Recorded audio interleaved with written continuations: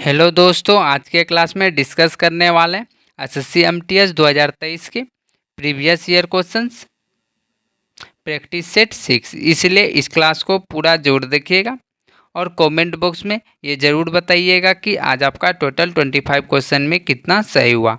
चलिए आज का क्लास स्टार्ट करते हैं। देखते हैं क्वेश्चन नंबर 1। भारतीय क्रांति की जननी किसे माना जाता है? भारतीय क्रांति की जननी किसे माना जाता है?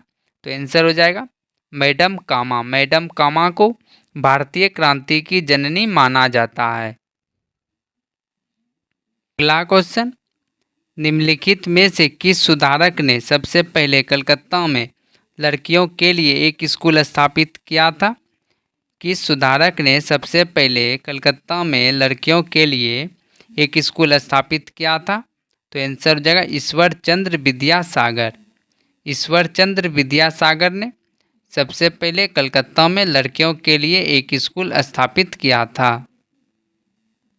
अगला क्वेश्चन, भूटान में किस धर्म के अनुयायियों की संख्या सबसे अधिक है? भूटान में किस धर्म के अनुयायियों की संख्या सबसे अधिक है? तो आंसर हो जाएगा बौद्ध धर्म। आंसर हो जाएगा बौद्ध धर्म। भूटान में बौद्ध धर्म के अनुयायियों की संख्या सबसे अधिक है। अगला क्वेश्चन, निम्नलिखित में से कौन भरतनाट्यम और कथकली नर्तकी है? कौन भरतनाट्यम और कथकली नर्तकी है? तो आंसर हो जाएगा मृणालिनी साराभाई। मृणालिनी साराभाई। अगला क्वेश्चन, निम्नलिखित में से सिलेक्शन डे पुस्तक के लेखक कौन है? सिलेक्शन डे पुस्तक के लेखक कौन है? तो आंसर हो जाएगा अरविंद अडिगा। अरविंद अडिगा सिलेक्शन डे पुस्तक के लेखक हैं। आंसर हो जाएगा अरविंद अडिगा। अगला क्वेश्चन, भारत में मावट क्या है? भारत में मावट क्या है? तो आंसर हो जाएगा सर्दी के मौसम के दौरान चक्रवाती वर्षा को मावट कहते हैं। आंसर हो जाएगा सर्दी के मौसम के दौरान चक्रवाती वर्षा को मावट कहते हैं। अगला क्वेश्चन, भारत के संविधान का कौन सा अनुच्छेद ग्राम पंचायतों के गठन से संबंधित है? कौन सा अनुच्छेद ग्राम पंचायतों के गठन से संबंधित है? आंसर हो जाएगा अनुच्छेद 40। अनुच्छेद 40 ग्राम पंचायतों के गठन से संबंधित है। अगला क्वेश्चन, माधवपुर मेला डैश में आयोजित किया जाता है? माधवपुर मेला कहाँ आयोजित किया जाता है? तो आंसर हो जाएगा पोरबंदर। पोरबंदर में माधवपुर मेला आयोजित किया जाता है। गुजरात के पोरबंदर जिले में माधवपुर मेला आयोजित किया जाता है। अगला क्वेश्चन, निम्नलिखित में से कौन सा भारत में एक डाक व्यवहार का मार्ग है? कौन सा भारत में एक डाक व्यवहार का मार्ग है? तो आंसर हो जाएगा ग्रीन चैनल। आंसर हो जाएगा ग्रीन चैनल। अगला क्वेश्चन, निम्नलिखित नर्तकों में से किसका संबंध कथक के भारतीय शास्त्रीय नृत्य शैली से है? किसका संबंध कथक के भारतीय शास्त्रीय नृत्य शैली से है? तो आंसर हो जाएगा पंडित बिरजू महाराज। पंडित बिरजू महाराज का संबंध कथक से है। आंसर हो जाएगा पंडित बिरजू महाराज। अगला क्वेश्चन, भरूता स्तूप निम्नलिखित में से किस राज्य में स्थित है? भरूता स्तूप किस राज्य में स्थित है? तो आंसर हो जाएगा मध्य प्रदेश। मध्य प्रदेश में भरूता स्तूप स्थित है। आपको और याद रखना है कि सांची स्तूप भी मध्य प्रदेश में स्थित है। सांची स्तूप मध्य प्रदेश में स्थित है। अगर आपको आज का क्लास अच्छा लग रहा हो तो वीडियो को लाइक जरूर कीजिएगा और अभी तक चैनल को सब्सक्राइब नहीं किए हैं तो चैनल को सब्सक्राइब जरूर कर लीजिएगा। चलिए अगला क्वेश्चन देखते हैं। निम्नलिखित में से किसे मुख्य रूप से हिंदुस्तानी शास्त्रीय संगीत का उस्ताद माना जाता है? किसे हिंदुस्तानी शास्त्रीय संगीत का उस्ताद माना जाता है? तो आंसर हो जाएगा बड़े गुलाम अली खान। बड़े गुलाम अली खान को हिंदुस्तानी शास्त्रीय संगीत का उस्ताद माना जाता है। अगला question, the fall of A sparrow dash की आत्मकथा है? The fall of A sparrow किसकी आत्मकथा है? तो आंसर हो जाएगा सलीम अली। आंसर हो जाएगा Salim Ali. The fall of A sparrow Salim Ali की आत्मकथा है। अगला क्वेश्चन, किसी अर्थव्यवस्था में मुद्रा का मुख्य कार्य क्या है? किसी अर्थव्यवस्था में मुद्रा का मुख्य कार्य क्या है? तो आंसर हो जाएगा विनिमय को सुगम बनाना। आंसर हो जाएगा विनिमय को सुगम बनाना मुद्रा का कार्य है।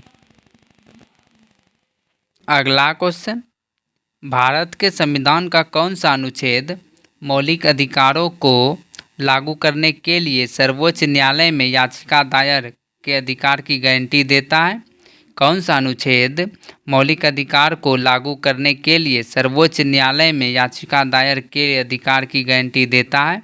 तो आंसर हो जाएगा अनुच्छेद 32। आंसर हो जाएगा अनुच्छेद 32। आपको इसमें याद रखना, अनुच्छेद 32 को डॉक्टर भीमराव अंबेडकर ने संविधान की आत्मा कहा है। आपको याद रखना, अनुच्छेद 32 को अंबेडकर जी ने संविधान की आत्मा कहा था। अगला क्वेश्चन, ऑक्सीकृत पारे का सबसे आम अक्ष कौन सा है जो ज्वालामुखी गतिविधि और उष्ण स्रोत से संबंधित दानेदार परतों या शिराओं में होता है? तो आंसर हो जाएगा सीना बार। आंसर हो जाएगा सीना बार। अगला क्वेश्चन, रिकम्पदा नृत्य का संबंध निम्नलिखित में से किस राज्य से है? रिकम्पदा नृत्य का संबंध किस राज्य से है? तो आंसर हो जाएगा अरुणाचल प्रदेश। आंसर हो जाएगा अरुणाचल प्रदेश। रिकम्पदा नृत्य का संबंध अरुणाचल प्रदेश से है। अगला question, British east India company ने अस्थायी बंदोबस्त प्रणाली की शुरुआत कब की? ब्रिटिश ईस्ट इंडिया कंपनी ने अस्थायी बंदोबस्त प्रणाली की शुरुआत कब की?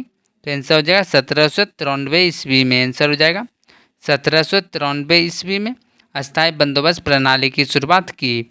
आपको इसमें याद रखना, अस्थायी बंदोबस्त प्रणाली की शुरुआत लॉर्ड कॉर्नवालिस ने की थी।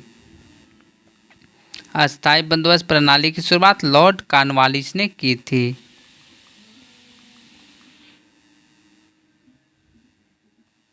अगला क्वेश्चन, भारत में सूक्ष्म वित्त संस्थान का प्राथमिक उद्देश्य क्या है? भारत में सूक्ष्म वित्त संस्थान का प्राथमिक उद्देश्य क्या है? तो आंसर हो जाएगा कम आय वाले व्यक्तियों को छोटे ऋण प्रदान करना। आंसर हो जाएगा कम आय वाले व्यक्तियों को छोटे ऋण प्रदान करना। अगला क्वेश्चन, मुक्तेश्वर नृत्य महोत्सव 14 से 16 जनवरी तक डैश राज्य के मुक्तेश्वर मंदिर में आयोजित किया जाता है? मुक्तेश्वर नृत्य महोत्सव 14 से 16 जनवरी तक किस राज्य के मुक्तेश्वर मंदिर में आयोजित किया जाता है? तो आंसर हो जाएगा ओडिशा। मुक्तेश्वर नृत्य महोत्सव 14 से 16 जनवरी तक ओडिशा राज्य के मुक्तेश्वर मंदिर में आयोजित किया जाता है। अगला क्वेश्चन, निम्नलिखित में से कौन सा उपन्यास अपने लेखक के साथ सही ढंग से सुमेलित है? कौन सा उपन्यास अपने लेखक के साथ सही ढंग से सुमेलित है? तो आंसर हो जाएगा the namesake Jhumpa Lahiri. The namesake जो कि झुम्पा लाहिड़ी के द्वारा लिखी गई है। आपको इसमें याद रखना, ट्रेन टू पाकिस्तान किसके द्वारा लिखा गया है? तो ट्रेन टू पाकिस्तान खुशवंत सिंह के द्वारा लिखा गया है। ट्रेन टू पाकिस्तान खुशवंत सिंह के द्वारा लिखा गया है। आपको याद रखना है मालगुडी डेज आर के नारायण के द्वारा लिखा गया है। मालगुडी डेज आर के नारायण के द्वारा लिखा गया है। और the shadow of lines, the shadow of lines Amitabh Ghosh के द्वारा लिखा गया है। The shadow of lines Amitabh Ghosh के द्वारा लिखा गया है। अगला क्वेश्चन, जॉन डाल्टन ने 1808 में रासायनिक अभिक्रियाओं को समझने के लिए कौन सा सिद्धांत प्रकाशित किया था?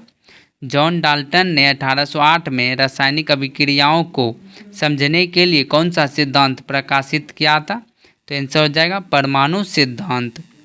जॉन डाल्टन ने 1808 में परमाणु सिद्धांत प्रकाशित किया था।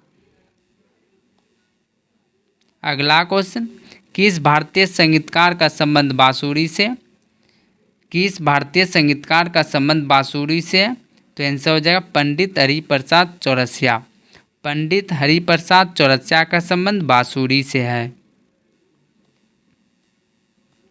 अगला क्वेश्चन, फसलों का कौन सा समूह रेशेदार फसलों से संबंधित है और भारत में बड़े पैमाने पर उत्पादित किया जाता है?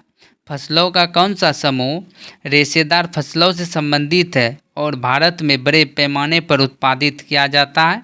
तो आंसर हो जाएगा जूट और बांग। आंसर हो जाएगा जूट और बांग, जो कि भारत में बड़े पैमाने पर उत्पादित किया जाता है। आज का लास्ट क्वेश्चन, भारतीय शिवाजी और कनक रेले डैश के व्याख्याता है? भारतीय शिवाजी और कनक रेले मोहिनीअट्टम के व्याख्याता हैं। आंसर हो जाएगा मोहिनीअट्टम। आंसर हो जाएगा मोहिनीअट्टम।